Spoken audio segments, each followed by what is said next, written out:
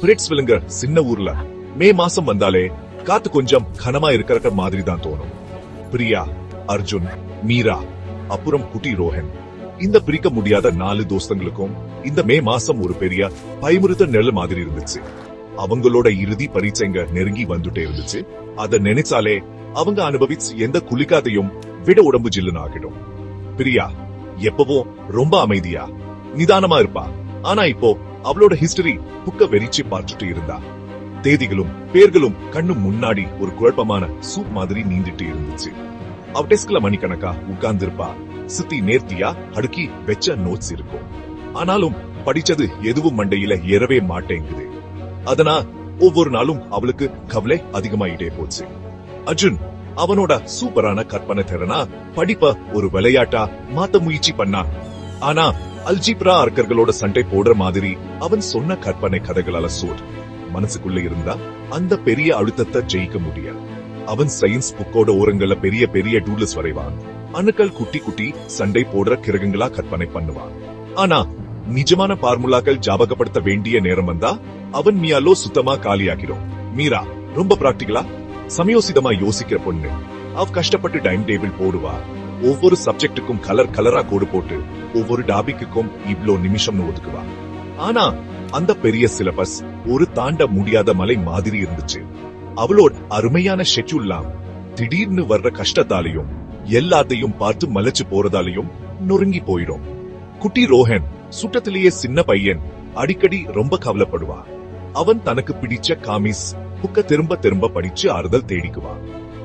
Photosynthesis பத்தியோ கிராமரோட கஷ்டங்கள் பத்தியோ படிக்கிறது அவனோட சூப்பர் ஹீரோங்களோட சாக்சங்கள் மாதிரி ஜாலியா இருந்தா எவ்வளவு நல்லா இருக்கும்னு ஆசைப்படுவான். அவன் அடிக்கடி பெருமூச்சு விட்டு இந்த பரீட்சை எல்லாம் பெரியவங்க பசங்க ஜாலியா இருக்கிறத தடுக்கிறதுக்காகவே கண்டுபிடிச்சது அப்படின்னு புலம்புவான். அவங்களோட அப்பா அம்மா டீச்சர்ஸ் எல்லாரும் தைரியம் சொன்னாங்க, நல்லா படிங்க, கவனமா இருங்கன்னு சொன்னாங்க. ஆனா முன்னாடி இருந்த பாதை ரொம்ப பயமுறுத்துற மாதிரி பனிமூட்டமான சந்தேகங்கள் நிறைஞ்ச ஒரு குறுகலா வளைஞ்சு நெளிஞ்சு போற ரோடா தெரிஞ்சது. அது நேரா அந்த பயங்கரமான பரீட்சை ஹாலுக்கு சுட்டிட்டு போற மாதிரி இருந்துச்சு. அவங்களோர் வழமையான படிப்பு நேரங்கள் ஒரு காலத்துல சிரிப்பாலையும் பகிர்ந்து சாப்பிட்ட ஸ்நாக்ஸாலையும் நிறைஞ்சு இருந்துச்சு. ஆனா இப்போ அது ரொம்ப அமைதியா பதட்டத்தோட பக்கங்க திருப்புறதும் ஒருத்தர் கவலையோட பார்த்துக்குமா மாறிடுச்சு. கத்துக்கிறதுல இருந்த சந்தோஷம் காத்தோட காத்தா போயிடுச்சு. அதுக்கு பதிலா மனப்பாடம் பண்றதும் ஒப்பிச்சு சொல்றதுமா ஒரு மெஷின் மாதிரி வேலை வந்துடுச்சு. அவங்க தங்கள் ஒரு அடர்ந்த யாருக்கும் தெரியாத காட்டுக்குள்ள மாட்டிக்கிட்ட பயணம் செய்யறவங்க மாதிரி உணர்ந்தாங்க. கையில ஒரு கழிய போற மேப்பும் மனசுல வளர்ந்துட்டே வர்ற ஒரு விதமான பதட்டமும் மட்டும்தான் இருந்துச்சு. அதுல இருந்து ஒரு வழி கண்டுபிடிச்சு வெளியே வரணும்னு அவங்களுக்கு தெரியும். ஆனா எப்படிங்கிறது ஒரு பெரிய பயங்கரமான கேள்விக்குறியா எந்த நேரத்துலயும் வெடிக்க காத்திருக்கிற புயல் மேகம் மாதிரி அவங்க தலைக்கு மேல தொங்கிட்டு இருந்துச்சு. Break time 1.5. ஒரு நாள் மதியம் வெளியில புயல் மேங்க சுழந்திருந்த மாதிரி அவங்க மனசுக்குள்ளயும் ஒரு புயல் அடிச்சிட்டு இருந்துச்சு. அப்போ அந்த 4 தோஸ்தங்களும் பிரியாவோட இதமான மாடி ரூம்ல ஒன்னா சூடி இருந்தாங்க. அவங்க ரிவிஷன் பண்ணணும், ஆனா படிக்கிறதுக்கான ஆர்வமே சுத்தமா இல்ல. சொல்லப்படாத கவலைகளால அந்த இடமே ரொம்ப அமைதியா பாரமா இருந்துச்சு. தங்க திசை திருப்பதுக்காக ஒரு பழைய போர்டு கேம் தேடிட்டு இருந்தப்போ அர்ஜுன் தெரியாம புக் ஷெலப்போர் ஒரு மூலையில இருந்த தூசி படிஞ்சே தோலல் அட்டை போட்ட ஒரு புக்க தட்டி விட்டுட்டா. அதோட பக்கவாட்டுல தலப்பே இல்ல. ஆனா அட்டை மேல ஒரு சிக்கலான சுழதுற மாதிரி ஒரு சின்னம் பொறிக்கப்பட்டு இருந்துச்சு. ஆர்வம் அதிகமா பிரியா மெதுவா அந்த பழைய மஞ்சள் பக்கங்கள் திறந்ததும் எல்லாரும் அவள் சுத்தி சுடிட்டாங்க. அதுல மறக்கப்பட்ட கதைகளோ இல்ல பழைய குடும்ப குறிப்புகளோ இருக்கும்னு எதிர்பார்த்தாங்க. ஆனா அச்சிட்ட வார்த்தைகளுக்கு பதிலா அந்த பக்கங்கள் ஒரு மென்மையான ஹீர்க்க ஒலியோட மினுமினுத்துச்சு. ஒரு மெல்லிய ரீங்கார சத்தம் அந்த மாடி ரூம் முழுக்க நிறைஞ்சு ஒரு விசித்திரமான மாயாஜால சக்தியோட அது இருந்தது. அவங்க சுத்தி இருந்த காத்து சூடாச்சு. பழைய காகிதத்தோட வாசனையோட வேயதோ ஒண்ணு கலந்து வந்துச்சு.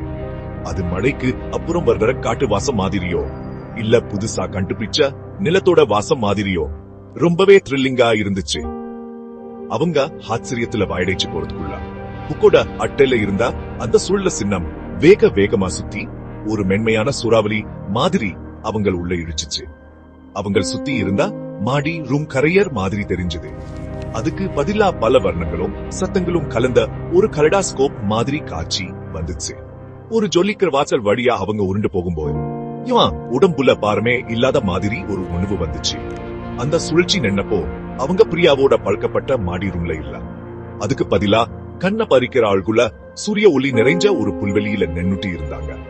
எல்லா இடத்துலயும் பெரிய பெரிய கலரான பூக்கள் பூத்திருந்துச்சு.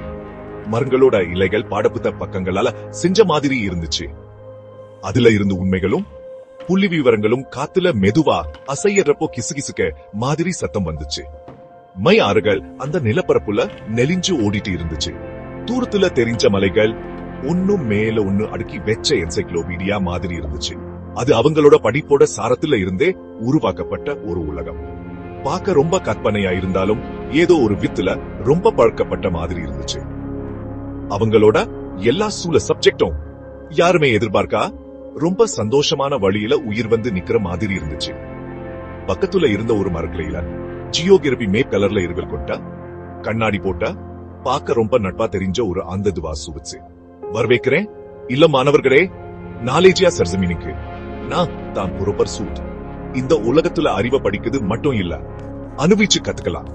அதுக்கு நான் தான் உங்க வழிகாட்டி அப்படின்னு அது ஆச்சரியப்படுற அளவுக்கு தெளிவான அன்பான குரல்ல சொல்லுச்சு. பசங்க வாயடைச்சு போய் நின்னாங்க.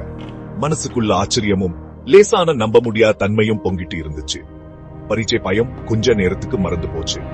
அதுக்கு பதிலா ஒரு புதுவிதமான சாகசமும் ஆச்சரியமும் அவங்க கண்ண மின்ன ஆரம்பிச்சுது. முன்னாடி இருந்த பயத்துக்கு பதிலா இனி என்ன நடக்க போதோங்க ஒரு த்ரில்லான எதிர்பார்ப்பு வந்துச்சு. புரொஃபசர் ஹூட் சொன்னாரு, நாலேஜியால ஒவ்வொரு சப்ஜெக்டும் மனப்பாடம் செய்ய வேண்டிய ஒரு பாடமா இல்ல, ஒரு த்ரில்லான சவாலா நாமளே செய்ய வேண்டிய ஒரு தேட பயணமா இருக்கும். அவங்களோ முதல் வேலை கணித புதிர்கைய கண்டு போறது. அது ஒரு சிக்கலான லேபிரின். அதோட சுவர்கள் மாறிட்டே இருக்க ஜியோமெட்ரி வடிவங்கள் ஆனது. அதோட பாதைகள் புதிர் போட நம்பர் குள்ளர்கள் காவல் காத்துட்டு இருந்தாங்க. பிரியா முதல்ல கொஞ்சம் தயங்கினா. ஆனா பேட்டர்ன்களை புரிஞ்சிக்கிட்டு வழிகளை கணக்கு போட்டு கரண்டு பிடிச்சப்போ அவளோட லாஜிக்கல் மேலோ சூப்பரா வேலை செஞ்சது. தன்னோட தூஸ்தங்கள் கஷ்டமான நம்பர் பாதைகள் வழியாவும் கோணங்கள் அடிப்படையா கொண்ட புதிர்கள் வழியாவும் சூட்டிட்டு போனா. அர்ஜுனோட கற்பனை திறன் முடியாத மாதிரி தெரிஞ்ச திருப்பங்களுக்கு தீர்வை யோசிக்க உதவிச்சு. அவன் அந்த புதிர்கையே ஒரு பறவை பார்வையில கற்பனை பண்ணி பார்த்தான். அந்த பார்வை மறைஞ்சிருந்த பாதைகள் திறந்து காட்டுச்சு. அடுத்து அவங்க சரித்திர மேடுகளுக்கு பயணம் போனாங்க. அங்க அவங்க ஹிஸ்டரி புக்ல பார்த்த உருங்கள் வெறும் படங்களா இல்லாம் உயிருள்ள கதாபாத்திரங்களா இருந்தாங்க. பசங்க சரியான கேள்விகள் கேட்டு காலக்கோட்ட சரியா இணைச்சா அவங்க தங்களோட கதைகள் சொல்ல ஆர்வமா இருந்தாங்க. அவங்க மறதி அதிகமா இருந்த ஒரு ராஜாவுக்கு அவரோட வம்சாவளிய உள்நுக்கு கொடுத்த உதவி செஞ்சாங்க. ஒரு முக்கியமான உள்ளூர் நிகழ்ச்சியோட மறு உருவாக்கத்துல பங்கெடுத்தாங்க. ஏன் பழங்கால அறிஞர்களோட தத்துவங்கள் பத்தி விவாதம் கூட பண்ணாங்க. அந்த அறிஞர்கள் ஆச்சரியமா நவீன சாங்ல பேசினாங்க. இதனால ஹிஸ்டரி ரொம்பவே உயிர்லதாவும் ஜாலியாவும் இருந்துச்சு. மீராவோட ஒழுங்குபடுத்துற திறமை இங்க ரொம்ப உதவியா இருந்துச்சு. அவ முக்கியமான நிகழ்ச்சிகளையும் தொடர்புகளையும் கவனமா குறிச்சுக்கிட்டா. பேசுற சுருள்கள் தானே விரிஞ்சு முக்கியமான தகவல்கள் காட்டுறத வச்சு அவ ஒரு உயிருள்ள காலக்கோட்டை உருவாக்குனா. அவங்களோட அறிவியல் பயணம் அவங்க டாக்டர் பீக்கரோட விசித்திரமான பட்டறைக்கு சுட்டு போச்சு. அந்த லேப்ல கலரான மருந்துகளும் வினோதமான கருவிகளும் குமிழ் விட்டுட்டு இருந்துச்சு. இங்க அவங்க சோதனைகள் பத்தி படிக்க மட்டும் இல்ல செஞ்சு பார்த்தாங்க. அவங்களுக்கு வழிகாட்டியது விசித்திரமா பேச டெஸ்ட் டியூபுகளும் ஸ்பார்க்கின்னு பேர் கொண்ட ரொம்ப உற்சாகமான லேசா கருகி போன ஒரு பன்சன் பண்ணரும் தான். சயின்ஸ் பார்த்தாலே பயப்படுற ரோஹன் தனக்குள்ள ஒளிஞ்சிருந்த உற்று நோக்கிற திறமைய கண்டுபிடிச்சா. அவன் சின்ன சின்ன விஷயங்கள் கவனிச்சது வானவில் எரிமலை உண்டாக்குறது மாதிரியான இல்ல, ஒரு நட்பான ரோபோவுக்கு பவர் கொடுத்து எலக்ட்ரிசிட்டியோட தத்துவங்கள் புரிஞ்சிக்கிறது மாதிரியான கஷ்டமான சோதனைகள் வெற்றிகரமா முடிக்க உதவிச்சு. டீம் ஒரு ரொம்ப முக்கியமா இருந்துச்சு. ஒவ்வொரு தவறும் கத்துக்கிறதுக்கான ஒரு வாய்ப்பா மாறுச்சு. ஒவ்வொரு வெற்றியும் சந்தோஷமா ஹைப்பை பண்ணி கொண்டாடினாங்க. நாலேஜியால் அவங்களோட சாகசங்க முழுக்க உதவி செய்யவோ இல்ல ஒரு மறைபொருளான துப்பு கொடுக்கவோ தயாரா இருந்த நிறைய உயிருள்ள பொருட்களையும் உயிரினங்களையும் சந்திச்சாங்க. ஒரு முங்கோப்பக்காரானா கடைசியில உதவுற எரேசர் அவங்க தவறுகள் பத்தி முணுமுஞ்சுட்டு அப்புறம் ஒரு நல்ல வழிய காட்டும். ஒரு புத்திசாலியான பழைய டிக்ஷனரி அர்த்தங்கள் புத்திசாலித்தனமான புதிர்கள் மூலமா மட்டும்தான் சொல்லும். இது அவங்கள் ஆழமா யோசிக்கவும் அவங்களோட வார்த்தை வளர்த்த பெருக்கவும் உதவிச்சு. உதவி கேட்கிறது ஒரு பலவீனம் இல்லைன்னு அவங்க கத்துக்கிட்டாங்க. வேற கோணங்கள்ல யோசிக்கிறது அவங்க முன்னாடி யோசிக்காத தீர்வுகள் கொண்டு வரணும் புரிஞ்சுக்கிட்டாங்க. ஜெயிச்ச ஒவ்வொரு சவாலும் அவங்களோட தன்னம்பிக்கையை அதிகப்படுத்துச்சு. மனப்பாடம் செஞ்சு படிக்கிறதால கிடைக்காத ஒரு ஆழமான புரிதல் அது கொடுத்துச்சு. நாலேஜியால கடைசி புதிரர் அவங்க தித்தப்போ அது எல்லா சப்ஜெக்ட்ல இருந்தும் திறமைகள் பயன்படுத்த வேண்டிய ஒரு பெரிய சுட்டு முயற்சி சவால். அவங்கள் சுத்தி இருந்த மாயாஜால உலகம் அவங்க முதல்ல வந்தப்போ மினுமினுத்த மாதிரியே மறுபடியும் மினுமினுக்க ஆரம்பிச்சுது. புரொஃபசர் ஹூட் அன்பா சிரிச்சாரு. அவரோட மேப் மாதிரி இருந்த இறகுகள் மெதுவா அசைஞ்சுது. இளம் அறிஞர்களே, நீங்க நிறைய கத்துக்கிட்டீங்க அப்படின்னு சுவினாரு. வெறும் உண்மைகளையும் புள்ளி விவரங்களையும் மட்டும் இல்ல, கேள்வி கேட்கறதோட உண்மையான ஆர்வத்தையும் ஒருத்தர் கிட்ட இருந்து கிடைக்கிற பலத்தையும் கத்துக்கிட்டீங்க. இந்த பாடங்கள் ஞாபகம் வச்சுக்கோங்க. இந்த தன்னம்பிக்கை உங்களோட எடுத்துட்டு போங்க. கடைசியா ஒரு பிரகாசமான ஒளி வந்து நாலேஜியாவோட அந்த அழகான உலகம் மறைஞ்சு போச்சு. 4 தூசங்களும் மறுபடியும் பிரியாவோட மாடி ரூம்ல இருந்தாங்க. அந்த தூசி படிஞ்ச பழைய புக் தரையில மூடி கிடந்துச்சு. அவங்க பல நாட்கள், ஒருவேளை பல வாரங்கள் சூட வெளியே போயிட்டு வந்த மாதிரி இருந்துச்சு. ஆனா சுவல்ல இருந்த கடிகாரம் கொஞ்சம் மணி நேரம் மட்டும்தான் ஆகியிருக்குன்னு காட்டுச்சு. ஆனாலும் அவங்க ஒவ்வொருத்தருக்குள்ளயும் ஏதோ ஒரு பெரிய மாற்றம் நடந்திருந்துச்சு. பரீட்சை கவலையோட அந்த கனமான மேகம் விலகி போயிருந்தது.